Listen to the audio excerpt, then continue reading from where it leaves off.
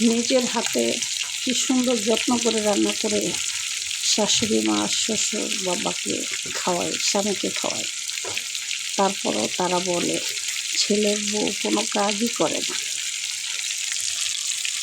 আসলে পরের জন্য যতই করেন আসলে কোনো নাম নেই। এই যে কি সুন্দর করে রান্না করি। আর মেয়ে মানুষের সবচেয়ে কষ্টের জায়গা হচ্ছে রান্নাটা। আর সেই রান্নাই আমরা কত যত্ন সহকারে করি। প্রশংসা তো করেই না, আরও বদনাম করে রান্না মজা হয় না। কিন্তু আমার নবীজি বলেছেন যে বউ যদি একটা ভর্তাও বানায় সেটা খেয়ে বউর প্রশংসা অবশ্যই করবে। এতে করে বউর মন অনেক খুশি হয়ে যাবে। অন্তত পক্ষে আর কিছু না পারো এই প্রশংসাটা বউকে করবে, কারণ বউ অনেক যত্ন করে স্বামীর জন্য রান্না করে। কিন্তু অনেক পুরুষ মানুষ আছে প্রশংসা তো করেই না, বরঞ্চ আরও বলে কী রান্না করছো, লবণ কম হয়েছে, হলুদ কম হয়েছে, মরিচ কম হয়েছে। দেখবেন এগুলোই কিন্তু বেশিরভাগ বলে, প্রশংসা করে না, বরঞ্চ আরও দুর্নাম করে।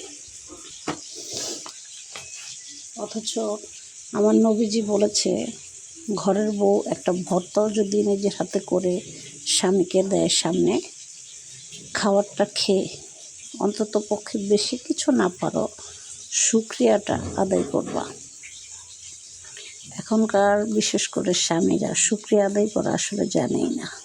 শুকরিয়া আদায় করলে এটা আল্লাহ তাআলা যে কত খুশি হয় এটা যদি তারা জানতো, তাহলে প্রত্যেক দিন বউ রান্না করে দেয়, এত কষ্ট করে, এত যত্ন সহকারে রান্না করে, তাহলে সে প্রত্যেক দিন প্রশংসা করত। আপনারা কে কে আমার কথা একমত অবশ্যই কমেন্ট করে জানিয়ে যাবেন। ভিডিওটি ভালো লাগলে লাইক সাবস্ক্রাইব করে মনের চ্যানেলের সাথে থাকবেন। মাছগুলো ভেজে তারপরে ফুলকপি দিয়ে ঝোল রান্না করব, এই জন্য ভালো করে ভেজে নিচ্ছি। এটা একটু মচমচে করে ভেজে নিলে আসলে রান্নাটা করলে খুবই সুস্বাদু হবে। কত সুন্দর করে আমরা রান্না করি, অথচ তারপরও শাশুড়ি মা বলে না যে আমার ছেলের বউর হাতের রান্না অনেক সুন্দর, বা স্বামীও প্রশংসা করে না যে আমার বউয়ের হাতের রান্না অনেক মজা বা সুস্বাদু। এখানেই আমাদের সবচেয়ে বড় একটা কষ্টের জায়গা।